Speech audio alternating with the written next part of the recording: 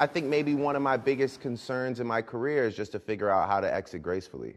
I've watched people overstay their welcome, and I just don't ever want to be that guy, and that's addicted to the feeling of victory, addicted to the emotion of people digesting something that they love, and get to a point where I'm feeding them something, and they're just like, yeah. What helps? What helps with the gracefully bowing out is having people around you that was there from the day one, that's seen you from the beginning. They help you gracefully bow? Yeah, you can't have motherfuckers around you that don't keep it honest with you and keep it real with you. You're saying you need somebody to tell you. You gotta have someone to tell you, like, yo, either accept the lesser role or you gotta tank.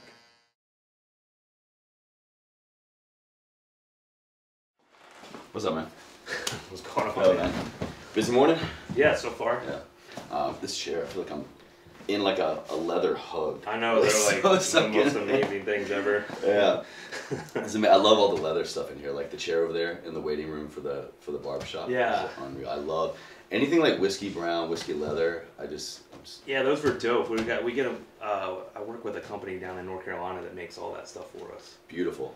Beautiful. So it's cool. You know, we can tell them exactly the measurements and stuff, and we'll do it however we want, whatever material we want. It's pretty cool. I was just doing a little mini episode with Adam, my barber here, and he was just like talking about the experience of the barber of Hell's Bottom.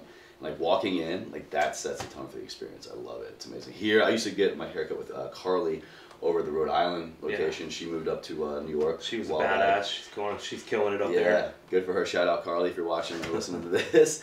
But yeah, man. So once I was kind of talking about what I do and got to know Kevin more and more, he just recommended maybe trying to talk to you. I mean, anyone in the entrepreneurial space is very much is very pertinent to my audience. We're all Everforward. Our platform is all about improving and developing our fitness, nutrition, and mindset. And the podcast definitely tailors a lot more to the mindset, personal development type stuff. And what better way to learn from someone who is like yourself, small business owner, entrepreneur. That's my background now, and so I love to just introduce yourself, man. Share your story, like why barbershops, why be your own boss. All the struggles come with it. Well, I mean, it's simple for me. Like the be your own boss thing was just a way out of poverty. I mean, I think a lot of like entrepreneurs kind of share that like path, and I really only ever knew how to make things. And what was your background before this? I came straight out of hair school. I mean, wow. I like graduated high school my junior year, and I started hair school 2 days later, and I've done it since I was 17. And so you had a passion from an early age for it. I wouldn't say I had a passion. I grew up in a family of hairdressers, and it was kind of just the expected path. Okay. And I just was lucky enough to be like I was driven, and I had a lot of work ethic, and that just like translated really quickly into learning the skills and putting in that 10,000 hours and as fast as possible. And then I opened up my first hair salon when I was like 25. Wow. And were you always here in DC or? Always here in DC. My first one was in DuPont Circle, and which was a difficult journey to say the least. The rents were high at the time, and people weren't like exactly wanting to rent a 25-year-old, and they haven't gotten any cheaper, by the way. they definitely quadrupled, and but it's been easy. It's an easier path for me now because there's not a lot of mom and pop shops that can own anymore in the city, and especially not in the nice neighborhoods. So it's made it a little easier, but the journey was tough, and it was simply just about creating like good jobs for people, and at the beginning it was just like seriously just getting out of poverty, but it quickly transitioned into to trying to take care of and create like a good family kind of like safe environment. I mean, really at the end of the day, that's all anybody really needs is to be safe. So when you opened it up, was it just you or did you have staff? The first one was me and my apprentice at the time. Her father gave her the money to like buy out my first partner, and then we just kind of went that route. And the first one was like a partner for about 6 or 7 years, and then I sold out and moved on and kind of went my own separate way. From the beginning, I heard you say a couple times, creating a culture. And I think as an entrepreneur, usually in the sense like you're just starting out creating your own business for yourself, like doing something, a product or service, like scaling, growing yourself. At least in my experience, the people, you know, in my space, that's what I know. It's very rare when people start out a business, again, people that I know, that you're automatically thinking of others. But I can certainly tell you, coming from like corporate world, working for someone else, working for a big business, you can love your job till the cows come home. You can love the people you work for, like your clients every day, whatever you do. But none of that really seems to matter, in my opinion, for longevity if you lack culture in the workplace. Yeah. So why was that so important for you? Well, I mean, at the beginning, it was just because I wanted to create an environment that I wanted to work in. And I feel like at the time it was more selfish. Like as I've aged, obviously it's transitioned into something else. But nowadays, the kids, they're not interested in the kids. I mean, like everyone 35 or younger. You crazy youths. Yeah, I mean, like everyone 35 and younger, like they don't really care about it, like money the way that people used to. They want the culture, they want the environment, they want like all the things that make them safe and happy, and you know, like at this point, you know, just trying to have a little fun with the business, like that's what it's become, you know. What's it been like as a business owner? Because you've been self-employed for how long? Like 20 about 20 years. 20 years. So, what's the evolution of being an entrepreneur been like for you? It's been difficult. You know, people always make it feel like it's this glamorous thing, and it's not. Absolutely not. It's not at all. Yeah.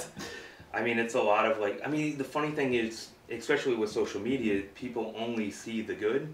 They don't see the struggle. Don't see the highlight reels. Yeah, I mean, like, and everybody's forgotten that I've almost went broke like 4 times, 5 times in the process, and you know, and I've struggled, and you know, and I've made bad decisions, and you know, I've opened businesses that have failed, and you know, and but nobody ever sees that. They see the like 1 or 2 or 3 brands that you have that are successful, and they think it was a piece of cake, and somebody handed it to you. You know, that I don't blame them for it, but like, you know, it's tough because, you know, you don't want people to think that of you at the same time. You know. So. What is it about being an entrepreneur? What is it about being your own boss, owning your own business that maybe makes us more reserved to not share those failures? I always look at it like someone like maybe 5-6 years ago, I was like walking and I was in the process of doing something, and they were like, you know, what does it feel like? And this was years ago. What does it feel like to own 3 salons?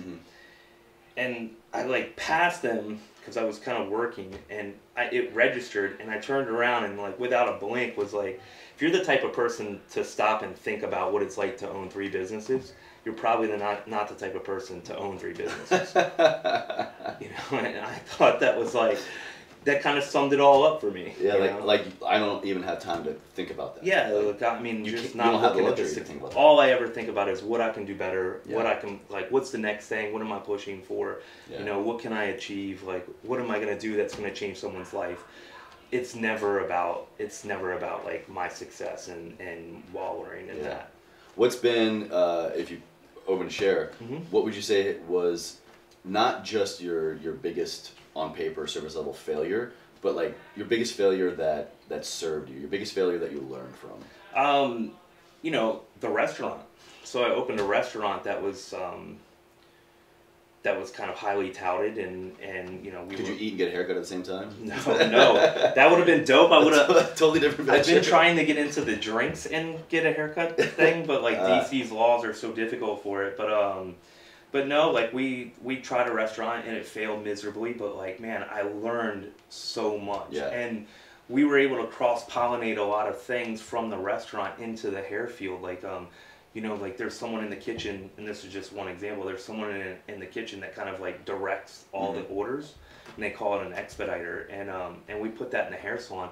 We literally have someone in the back that just directs people around and like make sure the client is processing for a certain amount of time, gets their hair colored, moves them to a shampoo bowl. They get like a logistics manager. yeah, I they guess. just literally make sure that the flow, and that's not a big deal in a 10-chair salon, but that's a monster deal in a 50-chair salon where you can actually lose people. Yeah. So, and you know, our chairs all look exactly the same, so it helps people get to the right place. And so, you know, weirdly, I think that's made me a ton. I probably made more money off of it, two or three things that I learned off of that than I lost in the project. I think I can't agree with you more. So a little bit of backstory. I've been in the health and fitness and wellness space for almost a decade. Personal trainer, group exercise, just doing corporate wellness. My longest running normal job was the last like 3-4 years. I was the wellness director for this concierge medical practice. And I love the model. Like I was always looking for I believed in, complementary alternative medicine, proper nutrition, fitness, take care of your body, but then yes, you need a doctor, right? So this model blended it so well. And it was just like one of those things where I see so clearly, in my opinion, like the potential for something, but it just wasn't happening because of all like the corporate tape and like all these other moving parts that go into it. So how can someone listening right now, they're working for somebody else, but they see through the matrix kind of thing, which I think is a very necessary tool for people to be successful in their own ventures. How can they take that and not just like apply that on their own, make that their own model? I feel like I'm struggling to kind of like ask this real question. How can you take what you see as a solution to a problem and turn that into a business? Like you learned from a failure in your own endeavors, so you had a little bit of kind of like inside man experience of both sides. But how can you take that and like translate it into something? I don't know if there's a great answer for that, because a lot of entrepreneurship is not the person with the great idea; it's the person who got off their ass and did it. Say that again for me, please. Say that again for listening. Yeah, 100%. I mean, like ideas. Like I hear it all the time. Ideas are shit. They just don't matter. Lots of people have great ideas. I have a buddy who's like, way up in Mensa, and he's got an idea every 5 minutes, and he's still broke. And it's like, and I love him, so if he listens to this. But at the end of the day, like the idea doesn't matter if you're not willing to get up and like go after something. Like if you have a good idea, someone will finance it. I mean, it's pretty simple. Not only that, like if you have a good enough idea, like you can probably get it going for very little money. Very true. So I mean, really, like there's no substitute for the drive and the work ethic that you need as a person, and you can't wait around. You just can't wait. Like analysis paralysis. I think the worst. I love that phrase. Yeah, man. the worst thing in business. Yeah. And like I would never have done anything if I was waiting for it to be perfect. Like, and it not like, shocking. Done is better than perfect. Shocking. It's nothing's ever perfect. Yeah. Every step of the way the thing grows, you have to change, and you have to like your model needs to change, your processes need to change. I mean, like the way I was operating a business 20 years ago would get crushed today. Yeah. So I just think that there's only one thing to do, and that's to just get up and do something.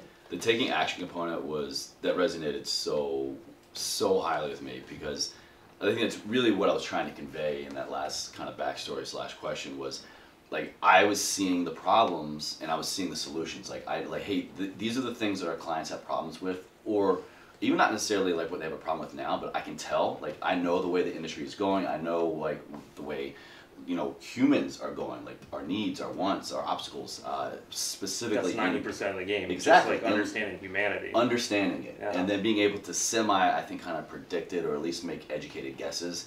And like, I was like, going to my superiors at work and even coworkers, like, why don't we try this? Let's do this. Like, I've been hearing this from our people.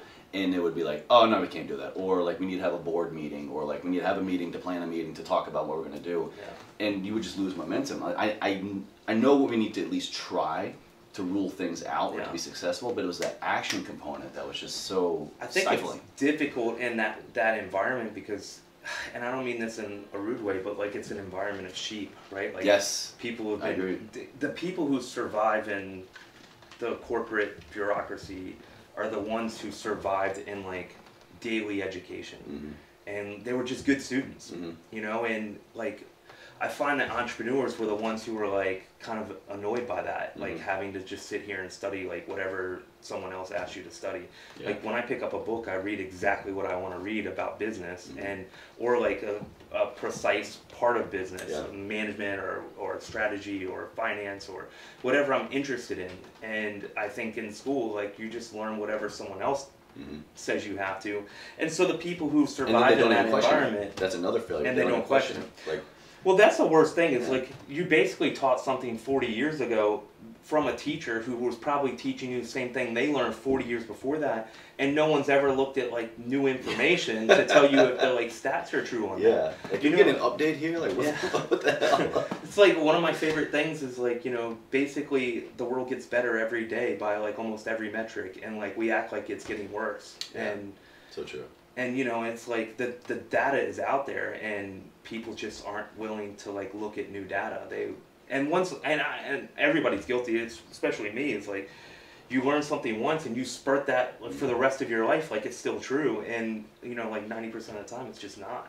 And especially in my industry, fitness, certainly nutrition, like what we study and learn about, you know, is like good, quote unquote good for you this year, you know, in a study next year or 5 years from now, like, oh no, it turns out that will kill you, or like maybe not Yeah. to that extreme, but like, no, actually we need to be doing this. And so that's where people, I think, do themselves a disservice.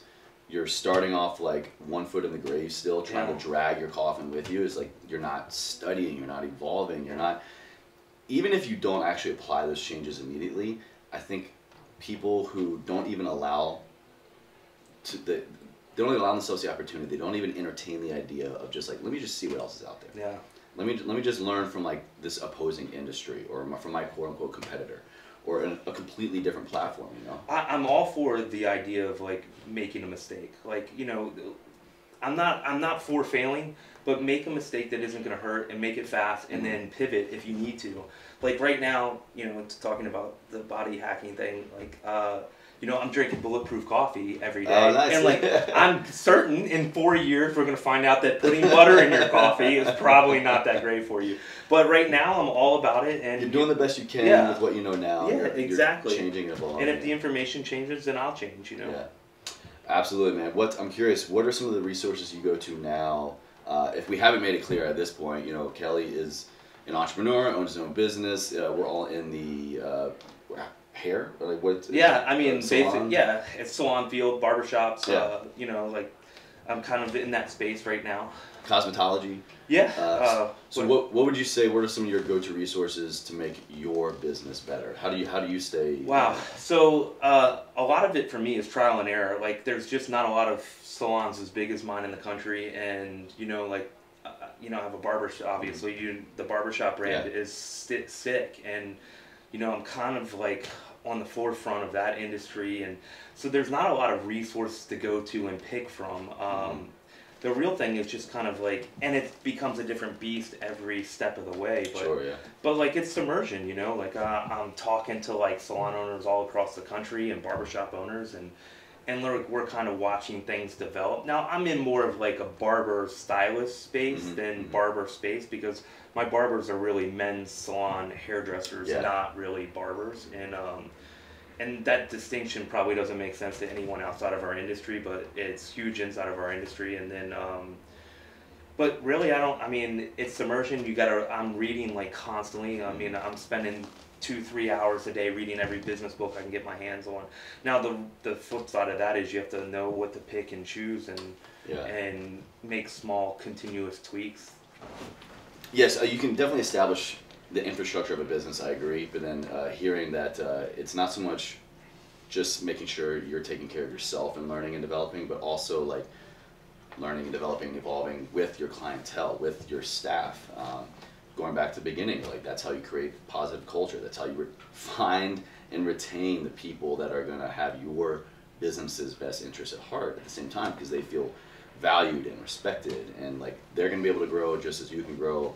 And if I grow and you grow, the whole thing grows. I mean, then that's how you stay perennial. And that's how you become relevant for a very long time. Like, you have to, like, that culture, we're hitting on it again, like, you have to develop that culture, because then people see that culture from the outside, and if they agree with that culture, they'll come work for you. Absolutely. And then you have them for a lot longer than you had someone who, like, thought they were getting one thing and then got a different thing. So true, man. So true. And that's how I think you keep moving the needle. That's how you keep moving forward. And our whole premise here, our platform, EverForward, is, you know, how do we get out of idling? How do we get comfortable with the uncomfortable to live a life ever forward? That's our whole mantra. And that's through failures, that's through successes, personal development, professional development, listening and watching things just like this. So with that in mind, kind of understanding our philosophy a little bit, how would you say how does Immortal Beloved, how does the Barber of Hell's Bottom, how do the services you provide help your people, your clients? How does all this help us live a life ever forward?